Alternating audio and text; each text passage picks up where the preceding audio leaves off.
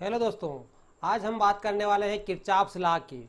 Kirchhoff's ने दो नियम दिए थे। नंबर एक, किरचॉफ्स करंट लॉ। नंबर पहला नियम जो था वो है Kirchhoff's current law. Kirchhoff's current law या इन शॉर्ट केसीएल या किरचॉफ्स फर्स्ट लॉ भी बोलते हैं इसको। और दूसरा नियम जो किरचॉफ्स ने दिया है वो दिया है Kirchhoff's voltage law. Kirchhoff's voltage law, that is KVL, right. First law जो है Kirchhoff's current law and second is Kirchhoff's voltage law. अब सबसे पहले डिस्कस करने वाले हैं Kirchhoff's current law, that is KCL. KCL की हम बात करेंगे सबसे पहले। केसीएल में क्या होता है? केसीएल जो है किरचॉफ्स करंट लॉ ये बोलता है कि algebraic sum of current at a node या जंक्शन इक्वल टू जीरो। इसका मतलब यह हुआ कि जो एल्जेब्रिक सम है करंट का किसी नोड पर, ये नोड है, इस पे फॉर एग्जांपल ये I1 करंट है, ये I2 करंट फ्लो हो रहा है, ये I3 करंट और ये I4 करंट है। ये आपका नोड है, नोड या फिर जंक्शन, या इसको बोलते हैं जंक्शन। नोड वह पॉइंट, जंक्शन एंड नोड वह पॉइंट जहाँ पे दो से ज़्यादा ब्रांचेस कनेक्टेड हो, है ना, उसको बोलते हैं हम नोड या फिर जंक्शन। तो I1 current, I2 current, I3 current और I4 करंट इस नोड पे ये करंट फ्लो हो रहे हैं। अब ये क्या बोल रहा है, या हम इसको बोल सकते हैं केसीएल को कि total incoming current at a junction equal to total outgoing current. यानी किसी नोड पर सभी आने वाली धाराएं उस नोड से जाने वाली धाराओं के बराबर होगी। यानी नोड पे आने वाली धाराएं उस नोड से जाने वाली धाराओं के बराबर होती है, ये बोलता है किरचॉफ्स करंट लॉ। और केसीएल हमेशा किसी नोड या जंक्शन पे अप्लाई होता है। तब यहाँ पे या फिर पहली डेफिनेशन क्या बोलती है, algebraic sum of current that is summation of IN equal to zero. Algebraic sum of the current and node equal to zero. तो ये आपका हो गया किरचॉफ्स करंट लॉ। या फिर हम यूं कहें कि I1 प्लस I2 किसी नोड पे आने वाली धाराएं, I1 आने वाली है, I2 आने वाली है और I3 और I4 जो है वो जाने वाली धाराओं के बराबर होती है। तो I3 plus I4, I1 plus I2 equal to I3 plus I4। या यूं कहें कि I1 प्लस I2, इस I3 को इधर लेंगे तो माइनस I3, इस I4 को इधर लेंगे बराबर से इधर तो माइनस I4।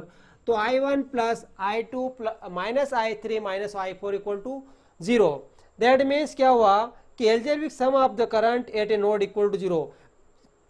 किसी नोड या जंक्शन पर करंट का बीजगणितीय योग क्या होगा, जीरो होगा। ये बोलता है किरचॉफ्स करंट लॉ। या हम इसको ऐसे देखें कि फॉर एग्जांपल हमारे पास इस पर्टिकुलर जंक्शन पर यहाँ 2 एम्पियर करंट फ्लो हो रहा है, यहाँ पे आपके पास 5 एम्पियर करंट फ्लो हो रहा है और यहाँ पे I करंट फ्लो हो रहा है। हमें I की वैल्यू निकालना है। तो किरचॉफ्स करंट लॉ के अनुसार, जो किरचॉफ्स ने दिया है करंट लॉ केसीएल, उसके अनुसार क्या होगा I की वैल्यू। हम जानते हैं कि I1 टोटल इस नोड पर, ये नोड है आपका, इस पे आने वाली धाराएं क्या हो गई, 2 प्लस 5 इक्वल टू क्या हो गया I। आने वाली धाराएं जाने वाली धाराओं के बराबर होगा, तो 2 प्लस 5 इक्वल टू कितना हो गया, 7। तो I की वैल्यू कितनी हो गई, 7 एम्पियर। यानी इस ब्रांच से फ्लो होने वाला करंट कितना हो गया, 7 एम्पियर। अब देखिए यहाँ पे हम इनकमिंग करंट को, यदि हम डायरेक्शन की बात करें तो यदि आपने इनकमिंग करंट को हम प्लस पॉजिटिव एज्यूम करें तो आपका आउटगोइंग करंट जो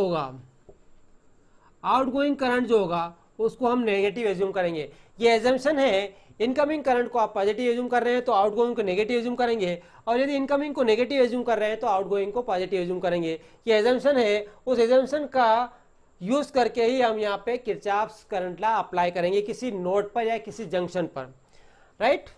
अब फॉर एग्जाम्पल यहाँ पे आई की वैल्यू जो है +7i, यदि ये वैल्यू यहाँ पे माइनस में आती, यदि करंट का वैल्यू माइनस में आ रहा है, इसका मतलब ये हुआ कि आपने जो एज्यूम किया था करंट उस डायरेक्शन में फ्लो नहीं हो रहा है, करंट उसकी अपोजिट डायरेक्शन में फ्लो हो रहा है। यानी फॉर एग्जांपल यदि यहाँ पे -7 एम्पियर आता करंट, इसका मतलब यह हुआ कि जिस डायरेक्शन में आपने जो डायरेक्शन एज्यूम करी थी करंट, एक्चुअल करंट उसके अपोजिट डायरेक्शन में फ्लो हो रहा है, राइट। तो this is all about the Kirchhoff's current law, यह अपना किरचॉफ्स करंट लॉ। अब हम बात करेंगे किरचॉफ्स वोल्टेज लॉ के बारे में, केवीएल के बारे में।